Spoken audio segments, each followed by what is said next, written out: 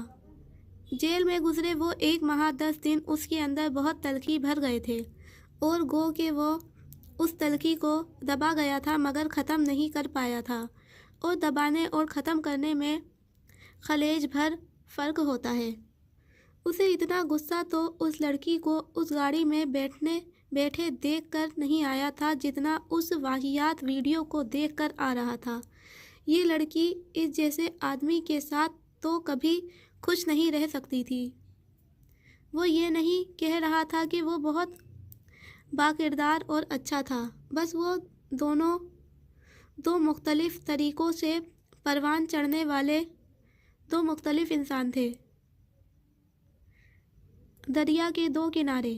اور اب تو ممی کی خوشی کے لیے بھی اس لڑکی سے باقاعدہ شادی نہیں کرنا چاہتا تھا۔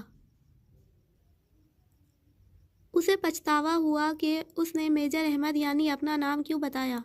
بہرحال وہ اس غلطی کو کور کر لے گا، وہ اسے معلوم نہیں ہونے دے گا کہ وہی میجر احمد ہے۔ یہ بات کی بات تھی، ابھی مسئلہ اس کے اسکالرشپ کا تھا۔ جب یہ طے تھا کہ وہ اس کے ساتھ رشتہ نہیں رکھنا چاہتا تھا تو پھر وہ کیوں اگلے 5 ماہ استنبول میں اس کے لیے ہلکان ہو؟ ممی کا خیال تھا کہ وہ آئے گی تو ان کے پاس رہے گی، اس صورت میں تو وہ اور مسئلہ ہوگا کہ وہ استنبول میں 2 شناختوں کے ساتھ رہ رہا تھا، کبھی جہانگیر میں رہنا پڑتا تو کبھی بیوی قدا میں۔ اگر وہ 2 دن بھی اس کے گھر رہی تو جان جائے گی کہ اس کی سرگرمیاں مشکوک ہیں، ایسے میں اس کے لیے خود کو چھپا کر رکھنا مشکل ہو جائے گا، اور اب جب کہ اسے زندگی میں شامل نہیں کرنا تھا تو پھر رازوں میں بھی نہیں شریک کرنا۔ وہ بار بار یہی بات سوچ رہا تھا۔ اس کے ہاں وہاں کام کرنے کے 2 طریقے بتائے جاتے تھے، بال واسطہ اور بلا واسطہ۔ بال واسطہ طریقہ وہ عموماً پہلے استعمال کرتا تھا، اگر وہ ناکام ہو جائے تو پھر باواسطہ طریقہ چنا جاتا۔ فی الحال وہ یہی چاہتا تھا کہ کسی طرح وہ لڑکی ترکی نہ آئے۔ اس کی وجہ اس نے اپنے آپ کو یہی بتائی کہ وہ یہ صرف اور صرف اپنی دوسری زندگی میں کوئی گڑبڑی ہونے سے بچانے کے لیے کر رہا ہے، اور وہ آئے گی اور پھر وہ اس سے ملے گی اس سے امیدیں وابستہ کر لے گی یا شاید وہ طلاق لینا چاہے۔ اس صورت میں ممی ہرٹ ہوں گی۔ اف، ان سارے مسئلوں سے بچنے کا ایک ہی طریقہ تھا، کچھ ایسا ہو جائے جس سے وہ رک جائے اور استنبول جانے کا پروگرام منسوخ کر دے۔ حماد آج کل آفیشل کام میں اس کی مدد کروا رہا تھا۔ وہ اسے ایکسیڈنٹ کے بعد لمبی چھٹی پہ تھا، اس لیے بآسانی اس کے ساتھ کام کر سکتا تھا۔ اس نے حماد سے مدد لینے کا سوچا۔ دیکھو، میں صرف تمہاری تسلی کے لیے تمہاری مدد کرنے کو تیار ہوں، ورنہ میرا ذاتی خیال ہے کہ وہ ترکی پڑھنے جا رہی ہے، تمہاری نگرانی کرنے نہیں۔ اس کا کبھی بھی تمہاری سرگرمی پہ شک نہیں ہوگا۔ تم ہر چیز ٹھیک سے سنبھال لینا جانتے ہو۔ اصل بات یہ ہے کہ تم وہاں اسے اپنے قریب نہیں دیکھنا چاہتے۔ تمہیں ڈر ہے کہ کہیں تم اس سے محبت نہ کرنے لگ جاؤ، اور اس صورت میں تمہیں اپنے ماموں کے سامنے ہارنا پڑے گا۔ تمہارا دل اس رشتے کو رکھنے پہ راضی ہے، مگر دماغ جو آج بھی اپنے ماموں سے انتقام لینے کا خواہش مند ہے، خائف ہے کہ کہیں دل کے جذبات انا پہ حاوی نہ ہو جائیں۔ پھر بھی میں جو کر سکا کروں گا، حماد نے بہت اطمینان سے کہا تھا۔ جیہان خفگی سے سر جھٹک کر رہ گیا، جیسے اسے سچ سن کر برا لگا ہو۔ بہرحال وجہ جو بھی ہو، وہ پاکستان سے روانگی سے قبل اس درد سر سے چھٹکارا چاہتا تھا۔ دوسری طرف اس نے وہ ویڈیو انٹرنیٹ پہ ڈالنے والے کو بھی ٹریس کر لیا تھا۔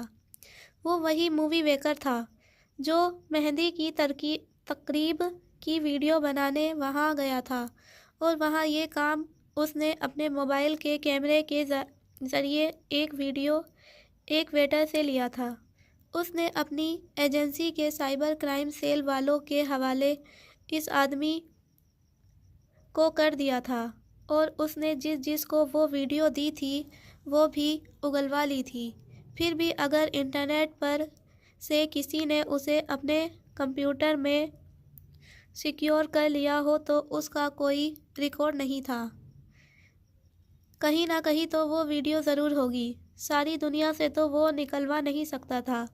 بہرحال اس نے اس مووی میکر کے اکاؤنٹ کو اپنے دسترس میں لے لیا تھا۔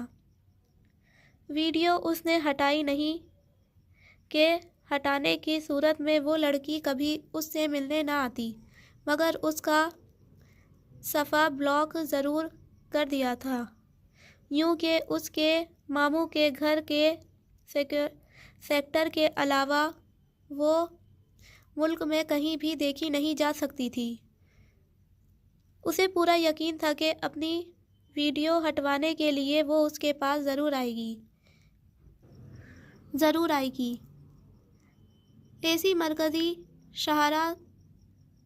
وہ ایک مرکزی شاہراہ تھی جہاں ہر پل رش ہوتا تھا۔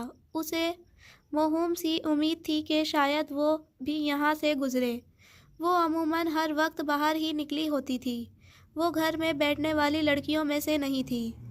اسے سڑک پر تو نہیں مگر قریب کی ایک ذیلی سڑک پر وہ ٹریفک جام میں ضرور پھنسی ہوئی تھی۔ جیہان اور حماد کا کام آج بھی نہیں ہو سکا تھا، سو اس نے سوچا وہ یہ دوسرا کام نپٹا ہی دے۔ پاکستان میں اس نے عورتوں کو اگر کسی شے سے بہت ڈرتے دیکھا تھا تو وہ خواجہ سرا کی بددعا تھی۔ بالخصوص سفر سے پہلے اگر کوئی خواجہ سرا بددعا دے دے تو اس بدشگونی کے بعد لوگ سفر ترک کر دیا کرتے تھے۔ وہ اس وقت بددعا کے اس اصل کو بھول جایا کرتے تھے کہ بددعا چاہے نیک آدمی دے یا فاسق، چاہے معذور شخص دے یا صحت مند، وہ تب تک آپ کو نہیں لگ سکتی جب تک آپ اس کے اہل نہ ہوں، اور اگر آپ اس کے اہل نہ ہو تو وہ دینے والے پہ پلٹ آتی ہے۔ مگر اسے امید تھی کہ اس کی بیوی بھی انہی ضعیف العقیدہ لوگوں سے ہی ہوگی جو خواجہ سرا کی بد دعا سے ڈرتے تھے۔ وہ صرف 5 منٹ اس کام کے لیے نکل سکتا تھا، اسے واپس جا کر رپورٹ کرنی تھی، مگر جب ان دونوں نے اسے متوجہ کیا تو وہ ایک دم سے اتنے غصے میں آ گئی کہ اس کی کوئی بات سنی ہی نہیں۔ حماد تو جانے کون سی باتیں لے کر بیٹھ گیا، مگر وہ کچھ سننے پہ تیار ہی نہیں تھی۔ اس نے جیسے بھلا دیا کہ ڈولی نے اس پر کوئی احسان کیا تھا۔ وہ کوئی بات سننے پر تیار ہی نہ تھی، بلکہ مسلسل اسے ہٹنے اور جانے کا کہہ رہی تھی۔ یہاں تو ہوتا تو ٹھیک تھا، مگر وہی اس لڑکی کی ایک دم سے ریئیکٹ کر دینے کی عادت۔ اس نے حماد کی انگلیاں شیشے میں دے دی۔ وہ ذرا سا زخم اتنا تکلیف دہ نہ ہوتا اگر حماد کا ہاتھ فریکچر کے بعد اس تندرستی کی طرف نہ پڑ رہا ہوتا۔ ایسے میں اس کی وجہ سے وہ ہاتھ زخمی ہوا۔ اسے شدید غصہ آیا۔ دوسری طرف اس کا دوسرا کام بھی نہیں ہو سکا تھا۔ ان دونوں باتوں پہ وہ شدید غصے کا شکار ہو رہا تھا۔ وہ اسے نہیں روک سکا۔ اسے اپنی یہ بے بسی غصہ دلا رہی تھی۔ اس رات وہ بہت دیر تک اس بارے میں سوچتا رہا تھا۔ وہ منظر جب وہ اس لڑکے کی کار میں بیٹھ رہی تھی اور وہ ویڈیو، وہ کچھ بھی فراموش نہیں کر پا رہا تھا۔ اسے اس لڑکی سے کوئی تعلق نہیں رکھنا تھا، پھر بھی ایک دفعہ وہ اس سے ملنا چاہتا تھا۔ اگر وہ اسے کسی طرح اسکالرشپ لینے سے باز رکھ سکتا تو یقیناً وہ اسے ترکی میں نہیں دیکھے گا، اس لیے یہ ملاقات اہم اور ضروری تھی۔ وہیں بستر پر لیٹے لیٹے اس نے اپنے لینڈ لائن سے اس کا نمبر ملایا۔ کافی گھنٹیوں بعد اس نے فون اٹھا لیا اور چھوٹتے ہی ملنے کے لیے رضامندی ظاہر کر دی۔ ایسے لگتا تھا جیسے وہ نیند سے بیدار ہوئی ہو، اور اس کے اندر سے یہ بھی ظاہر تھا کہ وہ گھر والوں کو بتائے بغیر ملنے آئے گی۔ پتہ نہیں اس نے ان سفید پھولوں کے بارے میں گھر میں کیا بتایا ہوگا۔ شاید اس نے کوئی بہانہ کر دیا ہو، شاید پھول چھپا دیے ہوں۔ کوئی بعید نہیں کہ کل وہ اپنے ابا کو ساتھ لے آئے۔ ویسے اسے امید نہیں تھی کہ وہ گھر والوں کو درمیان میں لائے گی۔ جو بھی تھا، وہ لڑکی کافی باہمت اور اپنے مسائل خود حل کرنے والی لڑکی لگتی تھی۔ اس سے ملنے کے لیے ایک جعلی سیف ہاؤس کا انتظام زیادہ مشکل نہیں تھا۔ سب انتظام اس نے خود ذاتی طور پہ کیا تھا۔ البتہ یہ طے تھا کہ وہ اس سے اسکرین کے پیچھے سے بات کرے گا، جیسے بعض اوقات کچھ لوگوں کو تفتیش یا پوچھ گچھ کے لیے بلا کر بات کی جاتی تھی۔ اس نے اپنا درست نام میجر احمد بتا کر البتہ غلطی کی تھی۔ ہو سکتا ہے فرقان ماموں کی وہ بات کہ سکندر کا بیٹا لاہور میں پوسٹڈ ہے اس نے سن رکھی ہو، اور وہ اس بارے میں شبہات کا شکار ہو۔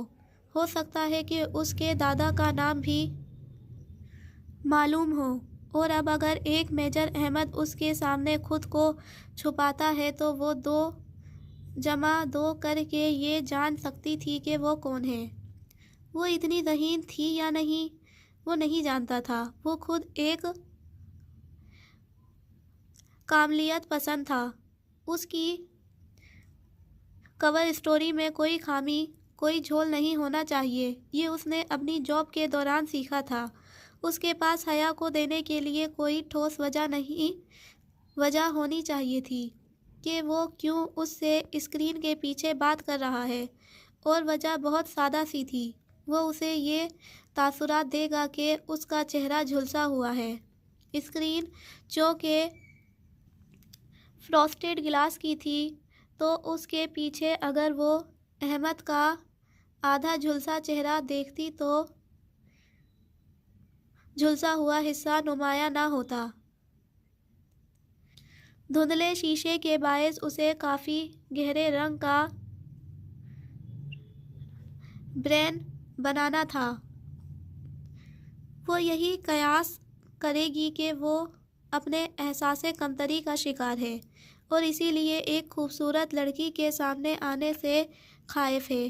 ایک کامل اور ٹھوس وجہ۔ اس کے علاوہ وہ ایک وجہ اور بھی تھی۔ اگر وہ اس کی بات نہیں سمجھتی اور اسکالرشپ سے پیچھے نہیں ہٹتی تو وہ ایک آخری کوشش کے طور پہ حماد کو اس سے بات کرنے کو کہے گا، اور حماد کے نزدیک اس مسئلے کا سب سے بہترین حل یہی تھا کہ وہ خود کو میجر احمد ظاہر کر کے اس سے مل لے اور کسی بھی طرح اسے سمجھا دے کہ اس کے شوہر کے لیے یہ درست نہیں ہوگا کہ وہ وہاں جائے، اور یہ کہ اس کا شوہر کہیں اس کی وجہ سے مصیبت میں نہ پڑ جائے۔ ابھی اس گفتگو کا پورا متن طے ہونا باقی تھا، مگر یہ طے تھا کہ وہ یہ کوشش ضرور کرے گا اس کے رشتہ دار ان کے قریب استنبول میں رہیں۔ یہ اس کے لیے کوئی خوش آئندہ بات نہیں تھی۔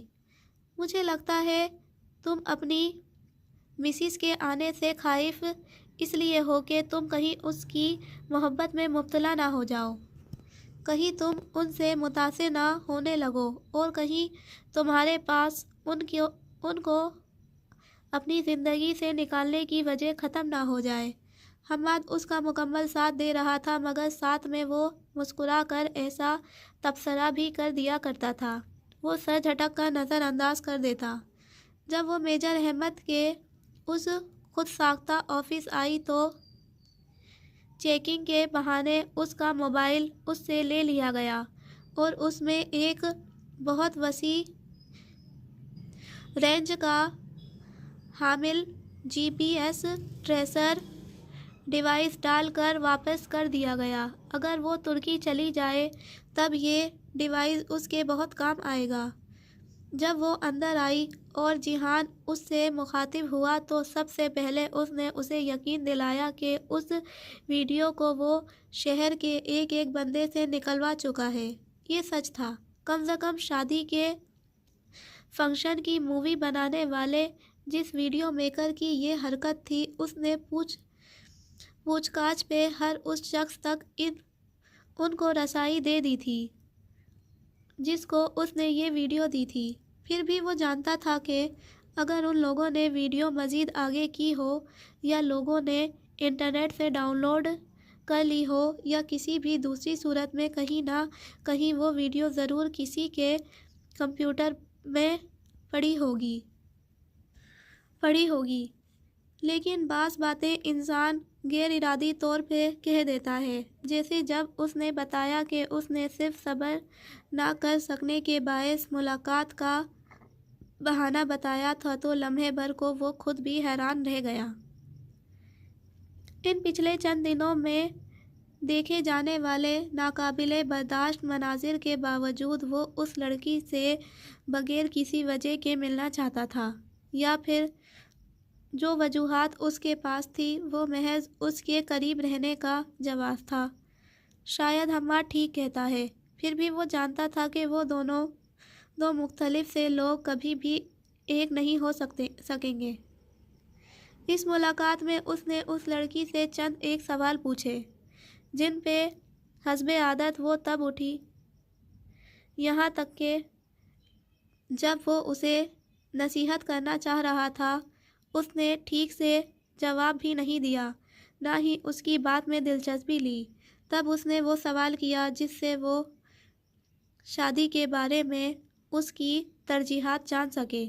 وہ جانتا تھا کہ وہ فوراً انکار کر دے گی، مگر کس وجہ کی بنا پہ؟ اور جب اس نے وجہ بتائی تو لمحے بھر کو وہ خود بھی چونک کر رہ گیا۔ وہ جتنے یقین اور استحقاق سے میرا شوہر کہہ رہی تھی، وہ پھر سے اپنے بارے میں بے یقین ہونے لگا۔ نہ چاہتے ہوئے بھی اس نے فرقان ماموں کے وہ الفاظ دہرائے جو انہوں نے ممی، ابا اور اس کی پاکستان واپسی کے بارے میں کہے تھے۔ وہ صرف یہ جاننا چاہتا تھا کہ وہ اس کے ابا کے بارے میں کتنا جانتی ہے، مگر وہ حسب عادت بھڑک کر اٹھ گئی۔ تب اس نے اپنے قریب رکھے سرخ گلابوں کے بوکے میں کہ آج اسے واقعتاً سفید گلاب نہیں ملے تھے، نہ اس نے تگو دو کی تھی۔ ایک ننھا سا کارڈ لکھ کر ڈالا، آنے کا شکریہ ARP۔ کارڈ اس نے پھولوں کے اندر رکھ دیا۔ اس کے ساتھی نے بعد میں باہر جا کر حیا کو پھول دینے چاہے، مگر اس نے تو ان کو دیکھا تک نہیں اور چلی گئی۔ وہ جیسے بہت غصے میں تھی۔ ان تمام دنوں میں یہ وہ پہلا دن تھا جب جیہان نے اس پہ بہت وقت صرف کیا تھا، گویا کہ وہ بنیادی طور پہ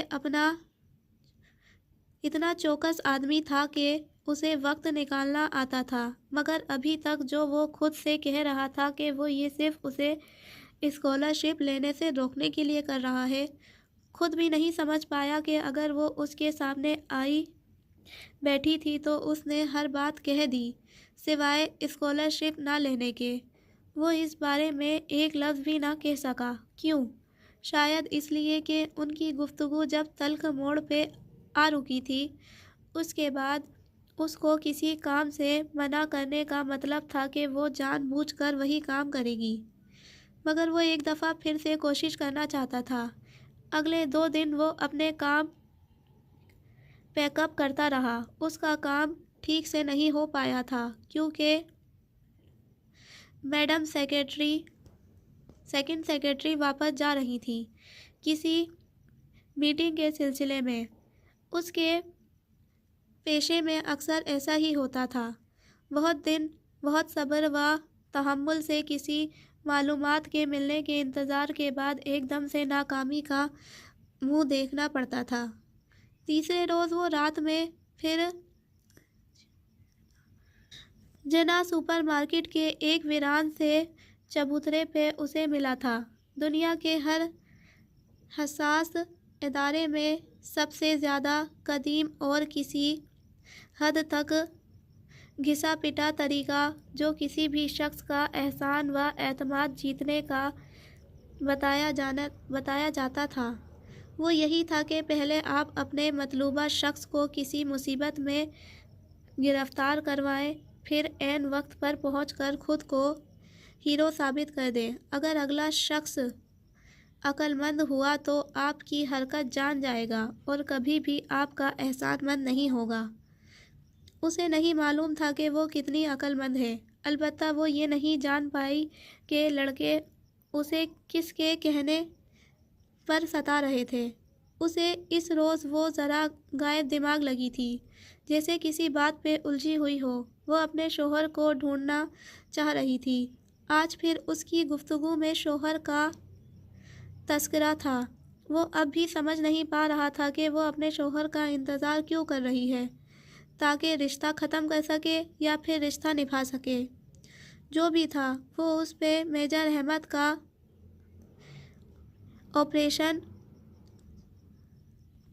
آپریشن اچھا ڈالنا چاہتا تھا۔